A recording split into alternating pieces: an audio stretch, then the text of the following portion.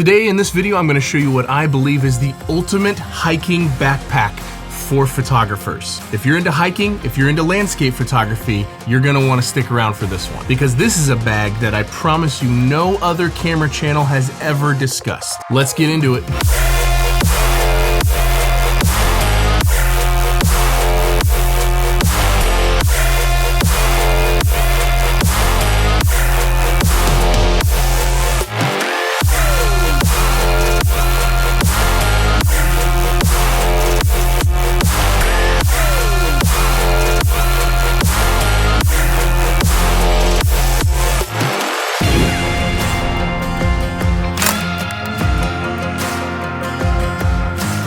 Hey everyone, I'm Cole Caparoon. Thank you for stopping by the Aperture Life for another video. Now in this video, I want to go over what my favorite bag is, all the things that I carry, all the gear that I carry, the cameras, the lenses, the tripods, the filters. After hundreds of hikes and thousands of landscape photos, I have narrowed it down to what I believe is the perfect bit of kit for hiking and for photography. When those two things intersect, this is as good as it gets. Now I also want to say at the top here that no one sent me a single bit of this for free. I have paid full price for everything I'm going to show you with my own money. But I will put links in the description for everything I show you in this video, and those are all affiliate links. Cost you nothing extra to use, but if you enjoy this content, if you like what I'm doing here, using those links gives me a little bit of commission, really helps a tiny channel like this out. So thank you for using those links if you like what you see. Now before we get into this bag, a little bit of context. I'm a bit of a bag snob, and so I've tried a whole bunch of stuff. This is not even close to how many bags that I own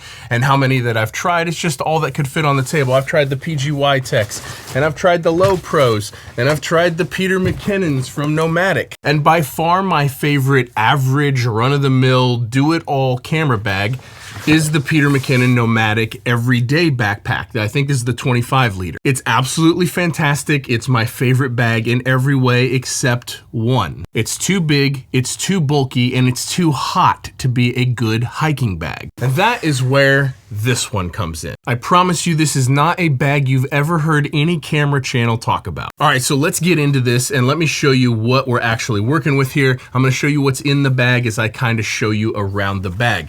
This is the Osprey Synchro 12. This is meant for mountain bikers, and it's the very first thing that I think most people would not expect. Now, the thing about this bag that first caught my attention is I'm a warm-blooded individual. I'm 6'2", 250 plus pounds, and when I'm hiking in the middle of the summer, I need hydration and I need the coolest system possible, and this one has it. There's an entire mesh frame on the back of this that is ultra breathable, that stands off the backpack, so there is airflow that goes between your back and this actual pack, making it by far, not by a little bit, by far the coolest backpack, temperature-wise, that I've ever used. That was the first thing that caught my attention. Now, it obviously has hydration built into it, which was another requirement of mine when I'm hiking. I drink a lot of water, I drink a lot of fluids, I need some sort of hydration, so this is literally a hydration backpack for mountain biking. Now, the third thing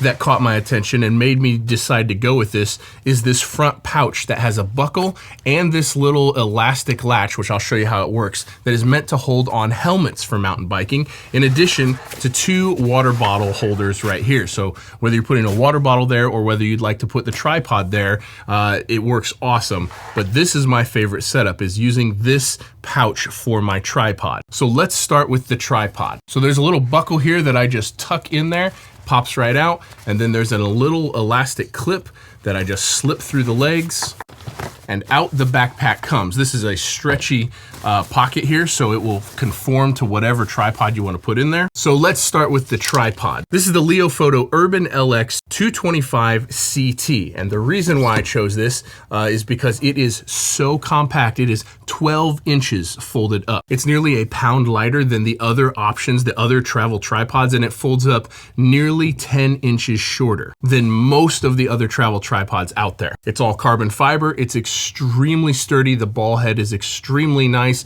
has a tension adjustment right here, so you can loosen this all the way up and it doesn't just, the ball head just doesn't fall over. The latches feel absolutely incredible. They're so high quality. You can take it apart and get it underslung, and it also has a maximum height of around 52 inches, I believe. So not the tallest tripod in the world, but in terms of being extremely light, folding up extremely small, and being extremely sturdy, I'm happy to compromise on the height. I don't ever need more than 50 inches of height anyway. As a matter of fact, most of the time when I'm taking landscape photos, the camera's only 2 or 3 feet off the ground, and that's how I prefer it. So tall enough to do anything, short enough to do anything, but by far the best travel tripod I've ever found. Let me know if you want a video on this explaining it all. Okay, next up on the front here, we have the Peak Design capture clip. I don't need to explain to you guys what this is. If you're watching this video, you probably already know, but basically the camera just lives right on the front here, and it is a quick release clip, so that way the camera stays right on my shoulder,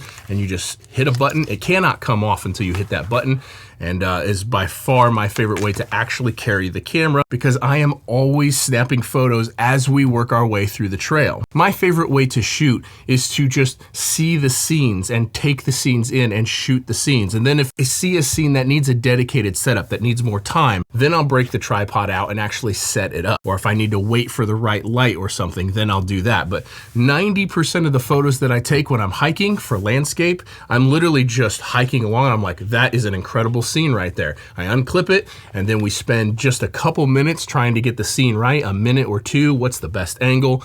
Take a few photos on about our hike. So the Peak Design capture clip is obviously wonderful for that. We'll get on to the camera, the lenses here shortly. Inside, I am always going to take a headlamp, always a headlamp, because if you're doing sunrise or sunset, landscape photography, you're gonna need some sort of light to get in and out. This front pouch folds all the way open, and you've got a few dedicated mesh pouches in here, including a zipper pouch with a key lanyard inside there. I am always taking an ND filter. Well, I'll go over specs of what all this stuff is. Step up rings, so that way the ND filter or the circular polarizer works on any lens that I'm gonna carry. I'm always taking a survival knife, because sometimes I'm way out there. This is an SE3 survival knife. It's a bushcraft knife. One of my favorites, very hard use knife. Case for the circular polarizer, which usually stays on the camera.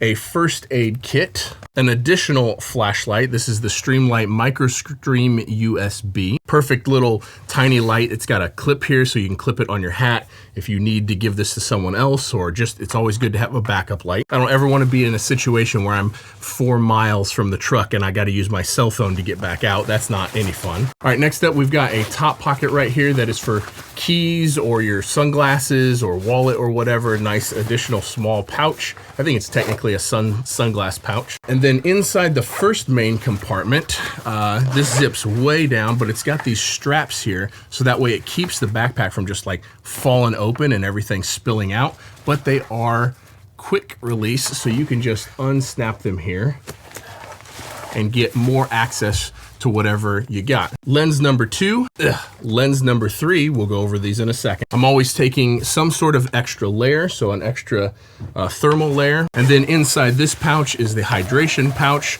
a 2.5 liter hydration pouch right in there. And then finally, in the bottom here, we have got a rain cover. So you just unzip this, and there's a cover big enough to pull it over the whole bag. So if it really, really starts pouring, I can just dump everything in here, cover it up, and then that, even though all the gear is weather sealed, that's an extra layer of protection. So here is that elastic clip here, right, that I just tuck through the legs of the tripod and then slip it on, and it's cool because it just holds the legs right, yeah, right like that. It works really, really well. So that is the bag. It's nice and small. They do make 3 different sizes of this. This is the middle size, the 12 liter. It's called the Osprey Synchro 12. I believe they make a 20 and an 8 or a 10. I'll put links down below for all of them. But that is the bag, and I've never heard anyone discuss this sort of bag. I've never heard anyone on any camera channel discuss hydration. They're all just using regular camera bags. And I don't need anything big and bulky because I'm only taking the camera, 2 additional lenses, the smallest tripod I can get away with, and that's it. So this is literally perfect. When you're hiking 4, 5, 6, 7 miles, the last thing you want to do is add a bunch of of bulk and a bunch of weight. So I want to be as minimalist as possible when I'm actually hiking. Okay, let's go over cameras and specs. So first up, Sony a7 IV. I have this for years, bought it right when it came out. I will likely upgrade to the a7R5, or if we get an a7R6 anytime soon, that's what I'll upgrade to. The lens that I use by far the most for landscape photography is the 16 to 35 f2.8. This is, I mean, by far, I use this the most for like 90% of all landscape shots. It's somewhere between 16 and 35 millimeter. F2.8 is fast enough to get some good sunset shots or some decent astrophotography if that's what I'm trying to do. I almost always keep a circular polarizer on here. This is the Polar Pro circular polarizer in 82 millimeter. And this is literally just the setup for like 95, 98% of the shots. But occasionally I want to go a little bit longer. Now, since I'm so concerned with weight, I'm using these little bags here. I got them on Amazon. I'll put links down below, these little lens bags. And this is just the $250 Sony 50 millimeter f1.8. It's so small, it's so light, and I use 50 mil the least out of all of the focal range that I'm using. So this is perfect. Now, that's not to say that you couldn't carry the 51.4 or the 51.2 if you really wanted to, but this is significantly smaller and lighter than the 51.2. It's also significantly cheaper. So if I drop this or dunk it in water or whatever, it's not that big of a deal. And optically, this is so underrated optically. It's so good and punches so far above its price point, it's crazy. Next lens that, and I don't take this everywhere. If I'm doing like waterfall hikes, like more intimate, small stuff, if I have an idea of where I'm going and I'm only gonna be around smaller, intimate scenes, I won't take this. But I do take this if I'm going somewhere with like big grand overlooks or like somewhere where a waterfall might look good from a long ways away. And this is the Sony 70-200 f2.8 GM2. This is a ridiculous lens. It's an expensive lens, but it is a ridiculous lens. And if you really want to reach out and touch a mountaintop or something like that, it's a very, very good lens for that. So this goes with me about half of the time, but I generally know before I even start on the hike if I feel like taking this, because this is by far the biggest and heaviest thing in the bag. But when it's necessary, boy, is it unbelievable. Next up, Peter McKinnon Variable ND Polar Pro filter, 82 millimeter. Pretty much the only time I need this is if I want to absolutely blur out water flow, because the circular polarizer cuts a stop or a stop and a half of light, and then you start shooting landscapes at f8, f11, f16 if you really need to. You can really slow the shutter speed down more than enough. And I usually don't want to shoot moving water in direct sunlight anyway at mid-high noon day. So I almost never need to actually put the ND filter on it. However, it's so small, it's such a small weight penalty that I carry it just in case I see a scene that I really need to just completely blow out that water flow. And then last but not least, step-up rings, so that way either of those filters will go on any lens possible. Now, there's one more lens that I take with me if I think there's any chance that I'm going to be doing any astrophotography, and that is the one that I'm filming on. It is the Sony 24mm f1.4 GM. It is one of my all-time favorite lenses, especially for astro, because the wider you go in focal length, the smaller and more distant the Milky Way actually looks. And so when you use a 24mm, that's a 1.4, so we get plenty of light, it just pulls that Milky Way in and makes it look really big and really impressive. I think I will likely get a 20mm f1.8 as well, just because sometimes it would be nice to have a little bit wider. But I've done a ton of astro with the Sony 14mm f1.8 GM as well. It's a cool look, but the Milky Way is too small and too far away when I'm using this. Hope you enjoyed this. Hope you found it entertaining. Again, I'll put links down below for absolutely everything that I showed you in this video. If you're into this sort of thing, don't forget to subscribe. If you want dedicated videos on any one of these things, don't forget to subscribe and let me know in the comments down below. And I'm gonna get into some editing videos on my landscape photography soon. So don't forget to subscribe for that. Thank you guys for watching. We'll see you in the next one. Peace.